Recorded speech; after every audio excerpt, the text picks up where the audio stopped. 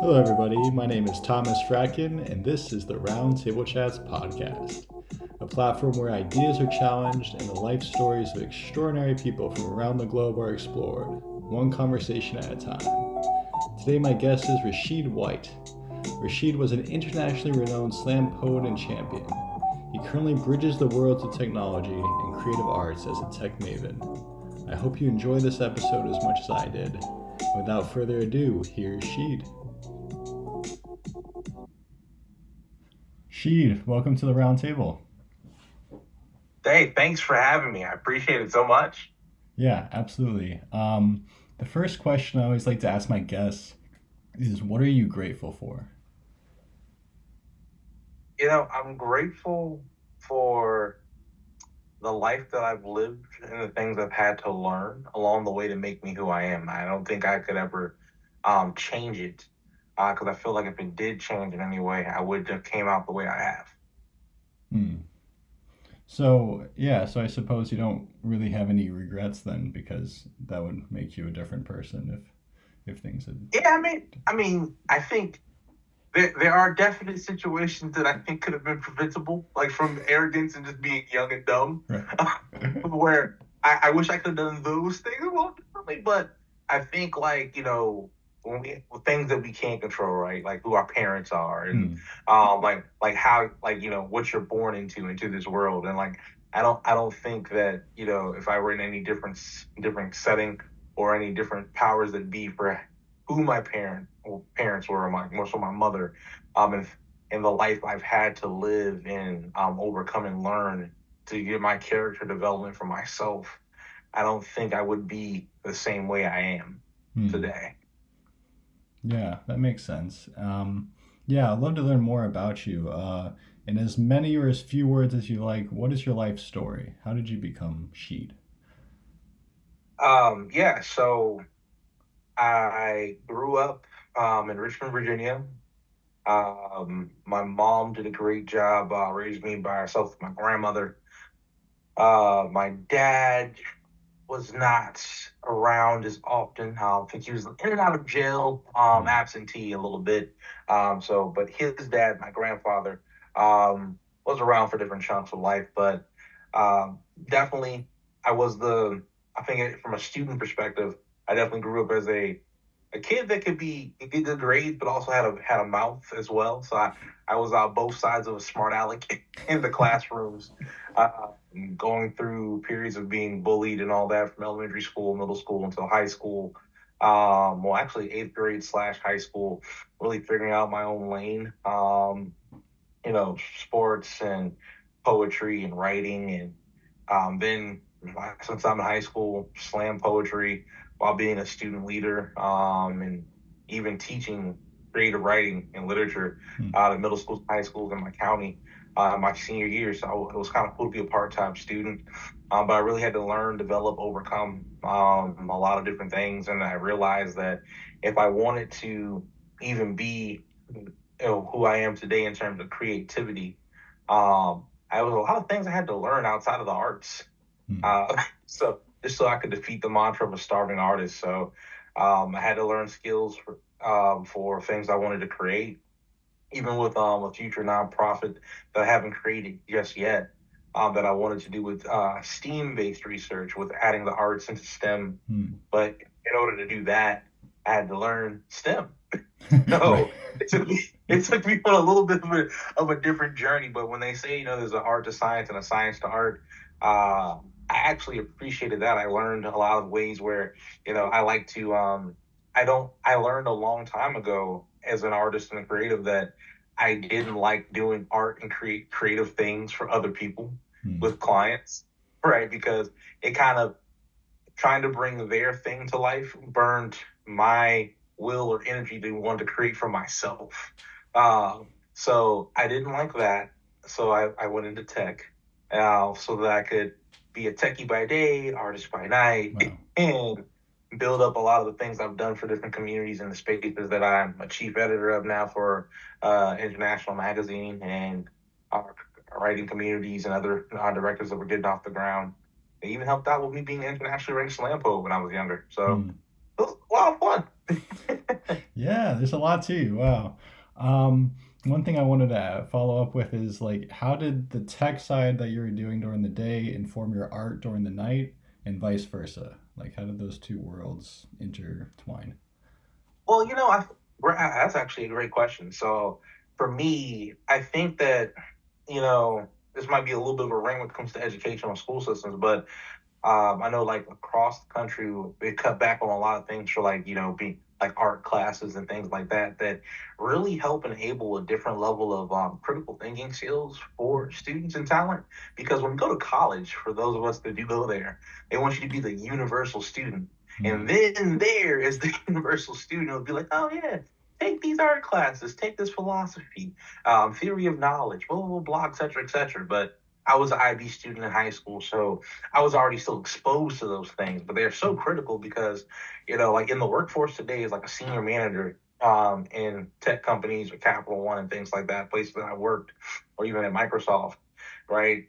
They have such a sharp eye for looking for not only the doers, right, but they Hmm. want the people that are thought leader, people that can think outside of the box while keeping in mind what things need to be checked off the list for the business or the company.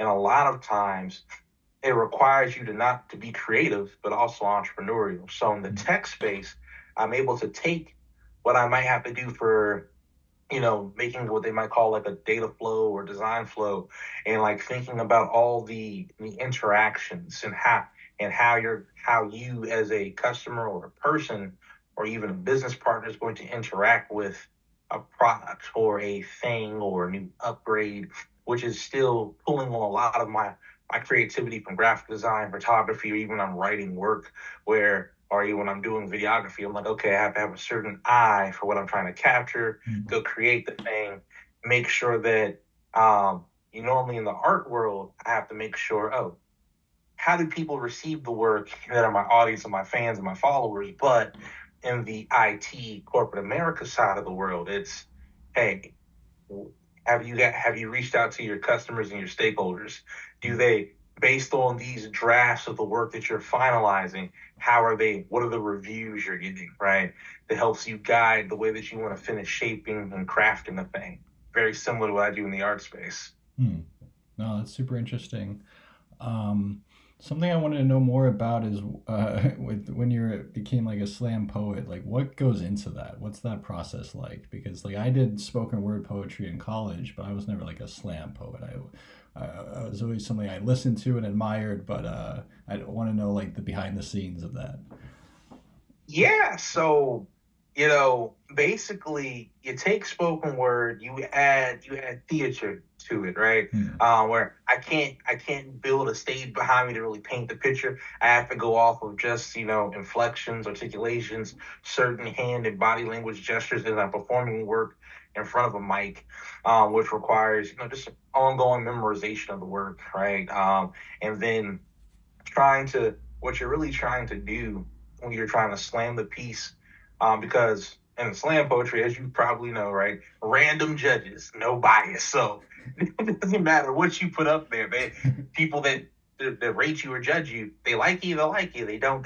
Hmm. But you do want to have a memorized arsenal of different poems for different things that you created based on what the vibe of the room is, because you're trying to take your best work and not and beat the other talent so that you can rank in the first, second, or third place, or sometimes the honorable mention, based on however many people are competing that day at whatever bout, which is really cool. It's fun. I love from the pages to the stages, as people will say, like we rise Hmm. and things like that, because it's the only time I feel like you're able to really successfully break a fourth wall Hmm. and like let people know. And like a lot of time, even in my writing, I try my best on a page where I'm not slamming because I'm just too busy these days. To actually, when you read my work before you even hear a voiceover or an audiobook on it, I'm like, hey, I'm trying to still break the same fourth wall I would do on stage with you on the page Hmm. while hearing the form. But Now, slam poetry is fun. You meet a lot of great people, a lot of people when you're going on tour, whether it be around America or even in UK or in France. Like, it's so much fun. Hmm. Such great people. Nice, beautiful. Yeah. I was just thinking, like, I love to write, but one of the downsides with writing is you don't get any feedback, at least when you're initially writing. And so, at least with the slam poetry, you get that instant feedback if something's hitting, if you're connecting. Um, yeah, that just must be amazing when the audience is vibing with what you're saying and, yeah, just having that connection, I guess. Yeah, no, I think, yeah, I definitely think that, like, it's a really cool, it's a cool world to dip your, to put your feet into. Hmm. You don't have to live there forever, but it's one of those things. I guess I just made it sound kind of gladiatorial, but may you live forever. But but it is one of those things where, like, if you're in there, whether it's just spoken word or it's going more on the memorized side of things, right? But like that transition from the spoken word person to trying to memorize the work to still speak it versus reading it from a phone or a page before you go like full in-depth immersive theater Hmm. acting, bringing it to life in that moment. Yeah, like those are those phases. But if you're in that middle pocket, like you're gonna realize a lot of the skills of, okay, hmm, this is what's working with different crowds and different places and spaces with different mindsets based on what I'm writing. Because you're right. We don't have a lot of time where we can still go back to having writing groups or Socratic seminars for workshopping our work with each other. Hmm. Everybody's too busy these days unless we're all paying for that class or and things or that writing retreat. But if you're whether you're fully memorized, performing it to compete, but just memorizing and showing off your work, just by being able to recite it and seeing what's pulling people in, what's getting them to say, or they're like right on, like this is just having some words of affirmation, or they might just say, you know, he'll let you know both. It requires tougher skin if you're not ready for the rejection of your work Hmm. as an artist. But if you can overcome that part, just to be open to Yeah. that organic feedback, that natural response from people, it'll help you. It'll help a lot of writers like figure out how they want to go about continuing their work, Hmm. and trying to as they reform and kind of like start getting to that point where they can edit, like when they write a first draft, it's not truly the first draft anymore from when they used to be a beginning writer. Like as we fast forward years and years later, like I think my my first draft today I'm usually editing it to be like a second and third draft automatically already as I write nowadays. It's when I do get time to write. If that makes Yeah, no, that makes sense. For some reason, I was thinking of the comedian Dave Chappelle, where he's saying like the best thing that ever happened to him was that he was booed when he was on stage, because he realized like, oh, this isn't so bad. Like I can get through this, and after that, he was just like fearless with it. Um, but yeah, no, that's really cool. I'm curious in your life, like when did you decide to stop doing slam poetry, or like kind of take a break from it, or step away? Yeah, yeah. So I mean, a lot of that happened in college, right? Because I mean, Mhm. high school is when my slam poetry journey really started. Where I think like what was it? Like, even on like threads, where like that one old video for when I was on final stage at Brave New Voices, right? Mhm. That was a very intimidating show, right? I had never performed spoken word like or slam poetry before that year, like heavily and competitively. So, like, and then in the same year, rookie of the year from Slam Richmond has to go in front of a stage of 4,000 people for a sold out show that's a Mhm. competition in the Fox Theater in Oakland, California. I'm just like, no, but like I was so happy that I could only see like the first 3 to 4 rows, so it felt familiar. But when I'm in front of any other stages in small venues, I'm like, okay, I can deal with like 5 to 10 rows of seats back, but the whole thing from top to Oh bottom, yeah. like that's intimidating. But I think that for me, where a lot of the slam poetry started to take a pause, like, well, I still might do it from time to time, but it took more of a back seat, was definitely when we all hit that wall of, hey, is this really going to pay the bills as we're adulting, right? Mm. And trying to figure out, hey, this is what I'm passionate about, this is what I love, but is it going to help keep me alive? Is it going to help out with my parents that are sick and things like that, where I have responsibilities beyond myself, where I can't I can't essentially waste my time, even though my art is not a waste of my time, but it's not giving me the results that I need. What things can I pick up or can I do to add to my toolkit to help me make ends meet so that one day I can come back to my art full time? Mm.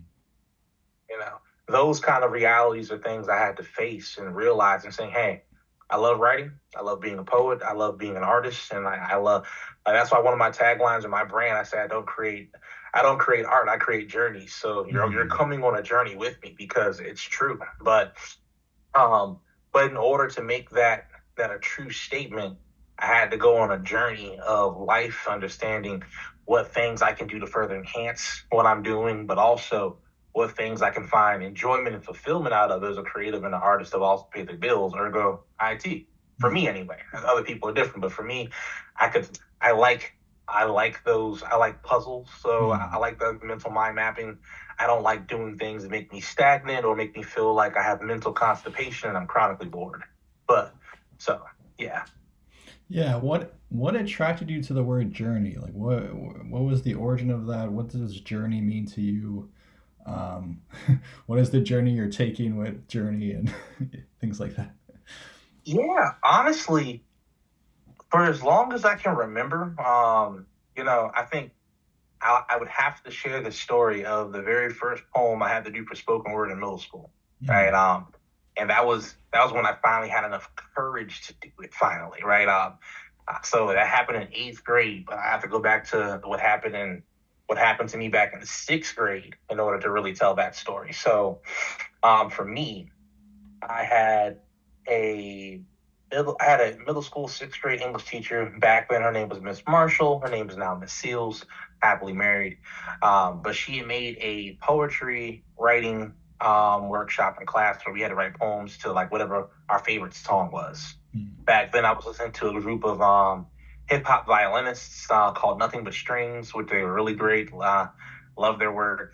I wish they would bring out and make more work, but that's a different story for a different day. Uh, but I was so nervous in sixth grade about sharing my work or sharing spotlight on myself, Mm. where I let one of my other classmates back then, and as was a young lady's name Diamond, I let her read my first poem I ever really really wrote. Mm. Because I was like, okay, as long as it's shared in the classroom, I still get points for it, but I don't feel like going up because I don't feel like getting bullied or picked on about whatever I wrote. Uh, so I was like, I'd rather just chill in the back, Yeah. vibe out, be a class clown a little bit while I still get my grades so I can make it through and survive middle Mm. school. Fast forward to eighth grade, I have another English teacher who's giving me journals and like every day to fill up and write poems in every day. Like she's been pushing me all my eighth grade year, Mrs. Whitehurst. Mm. So I'm filling it out, I'm writing it. And then the same sixth grade teacher came to this new middle school that I was at in eighth grade. While at this point I'm on a step team with the guys, and we have a Black History Month thing, so I ended up doing a poem in the auditorium from the entire student body. I'm nervous. I'm in front of a podium. Like you see me up top looking really calm, cool, collected, reading after we just finished performing with the step team. But from chest down, my legs are trembling like Bambi. I am ready for the onslaught once I finish this thing, but I don't sound nervous in my voice. But as soon as I'm done, Mm. I take the most graceful speed power walk off the stage so I can finally leave. Because I'm ready for people to start cracking jokes and laughing at me. But to my surprise, there was an ocean of people really applauding me, encouraging me. Even when I was about to walk to my school bus to head home, it was almost like a recess school's out moment. People are trying to give me high fives out the windows, and I was like, "This is not real. This is not a game." So I'm like, "This is wild." But and then so that was that weekend. I come back from that weekend. The principal calls me into the office, and I'm like, "Oh crap! What did I do on the bus this morning with the cameras on the school bus?" I'm playing the back of my head like I didn't do anything wrong today. What could have been wrong? Yeah. Um, But they sit me aside. They say, "Hey, you did a really good job of how you were able to, right, really like, pull something out of your peers." Mhm. And they were like, "Hey, we want to consider working with you to be more of like a student leader and things of that nature and all that." She's like, "You can either do that, or you can see being a class clown and get in trouble from time to time." And I was like, "Turn a new leaf. We can try something new." So, but for me, right, I learned from those experiences is that like it's kind of funny, like even if you watch anime and stuff, right? It's like people that are called to lead Mm. are always something's gonna happen that puts them in front of people, no matter Mm. how much you try to run away from it, as you try to be yourself. So I was definitely one of those people, right? Because like I said, I've been bullied, I've been singled Mm. out, a lot of things have happened to me where I have a lot of real life experiences, even in my writing on my page, where like a lot of wrong has been done to me, but I still can find a silver lining in things and get back up, keep pushing, moving forward. And I think that's kind of where that journey comes from, because especially in today's world, people we live in a world of instant gratification, and we don't understand the real Mm. work that is required to get from point A to point B. Right. And the reality of the road, right? If we take the gaslighting away, we take the rose petals, and we look at the real tangible road ahead and what to do to get there, right? A lot of people are scared of what to do or scared to take a chance and take a step. Mm. So a lot of things that I can remember is that I've always somehow, some way, had to be an example to that, but also just show, hey, it's okay to be vulnerable and show that you're not perfect. Right. Like being authentically yourself and unapologetically you will still get you where you want to go in life. Mm. Yeah, I feel like the instant gratification piece is so key because so many people they just want things, they just want things now. They just Right. and they don't realize that things take time and a lot of hard work and perseverance and persistence and so many setbacks and it's just like you got to be patient and you got to be persistent every step of the way. Absolutely. Absolutely. That's why I believe in a thing that I like to call being a defensive entrepreneur, or Mm. it's one of the communities we have, we call it just being a shadow hustler. Because in order for you to really start to live your life, right? A lot of us, we have to exist and endure day by day before we're ever able to start to really live. So, in that regard, you have to do what you need to do to survive in the day. But once you leave that workplace or whatever that reality or that survivalist world is, Mm. now you can start using building blocks, building up the life that you want for yourself, whether through your assets that you're developing, whether it be your intellectual property, right, or it be Mm. somebody who's trying to start up a new business, or somebody who's doing stocks and investing. You have to try. You have to be willing to experiment to be able to have a fruitful life that you want for yourself. So absolutely. Yeah, and something I'm picking up on a lot is you use the word survive a lot. I'm wondering what survival means to you. Well, I mean, I think survival means for me, because I mean I've made it through homelessness and a whole Mm. lot of hardships already. So for me, surviving means, if you can. For me, survival really means if you can sit in stillness with your inner thoughts, your inner doubt, and make peace with all the things you want to do to self sabotage yourself, Mm. or psych yourself out of doing something, and be okay with where you are versus all the forced expectations on you from work. Because I mean, I was homeless while I still had a job, right? Huh. Yeah. Still living out of a car. I had roommates that abandoned a property, stole stuff from me and everything, forced me Mm. into homelessness because I couldn't, as I coming out of college, I couldn't even afford to live in like Fairfax County, Virginia, where it's like top the most expensive places. Like I'm a broke college student working 3 part-time jobs to make ends meet. Right. I'm about to afford all these insurmountable things, right? But a lot of people don't know what to do when there's a lot of loss, right? How Mm. can you maneuver and still figure out a way to live when you don't have a lot of the things that you use for your identity, right? No place to stay, eventually losing a job and things like that. So to survive is it's not only surviving is not only just putting up with what you have to do day by day, because then that's existing. Existence is just being comfortable Mm. because it's you've given up, you've lost all hope and ambition. Surviving is because you have to endure whatever this storm or trial is you're going through for X amount of time so that you can come out of it. Right. that character development comes in survival before you're able to start living your life, and whatever that looks like for any individual person. Because if you can learn how to no longer exist so that you can survive slash endure, you will then be able to, if you don't give up and you persevere like we're talking about, you'll be able to then start to build whatever Mm. peace looks like for you for in your life. And Yeah, that's what that is for me. absolutely. I'm curious what the future looks like to you, like how you see yourself 5 years from now, 10 years from now. Where would you like to be or go? What kind of trajectory would you like to have? Ooh, that is a big question. Because there are multiple projects and things I'm working on right now. Mm. So I can say that in a multitude of ways. Do you want me to answer that just from the creative and the artist and the writing perspective, or like the business owner perspective, or Well, like the whole package? let's start with the creative, and go from there. Creative, I would love to start actually, having a couple of I would love to have a few book deals and some publications coming out, to be able to showcase things both from the perspective of the things I like to do in the genres of literature that I like, Mhm. poetry, prose poetry, short stories, and things of that nature. But then also attacking it from the building blocks of what's to come, speaking from the entrepreneurial side of books to say, hey, here are ways that you can successfully make it in 2024 that's not, just watching somebody's masterclass, really giving tangible evidence and thought, Mhm. to push people into a better direction with better resources. Because, I mean, I'm an underdog. I want to see more underdogs win. Nice. Yeah, no, that's a good tagline. Um, yeah, and then on the business side of things, you said also you had future plans. Yeah, so on the business side of things, right, I would love to see obviously some growth and scalability, business slash career, a better 9 to 5 job, so I'm not having to work two full-time jobs simultaneously while still doing everything else. Mm. Um, I would like to buy my time back in a sense because, I think, and from that whole thing we're talking about from being survivalist, right?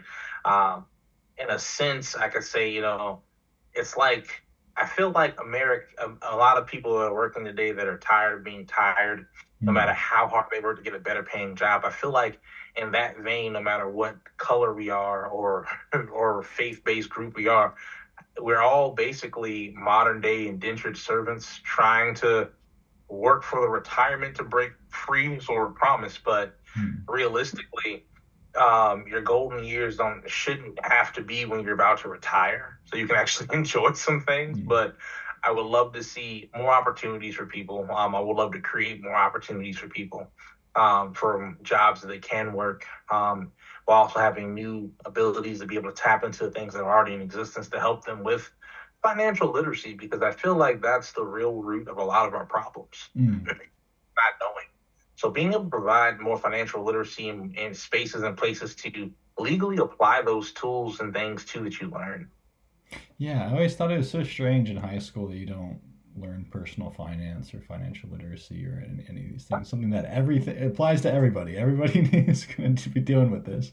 So why is that not a priority? I mean, you can definitely fit it in somehow. I don't know. Yeah, should be a thing. Like that should have been a thing alongside art and like things with home ec. Like I have a couple of siblings and a couple of college students I have to mentor now that are trying to break into tech and stuff where I'm realizing like in the newer generations right now that, they're not equipped with a lot of, self sufficiency. Like they know how to thrive for a GPA Right. by any necessary or test, but no life skills outside of the classroom Mm. because everything's focused on identity being the grade point average in the classroom. Um, and not everybody wants to be an athlete these days. So they don't get to learn some of those skills anymore. And we're seeing it more and more when some of the collegiate classrooms, you want to pinpoint some of the problems, but it's just like, hey, you haven't allowed time and space for people to do their humane rights of just figuring out how to survive in the world that doesn't always have a a agenda or Hmm. a rubric or of the itinerary for the class. You Hmm. know, so it's a lot of those gaps that are coming back to bite us now. Yeah, no, absolutely.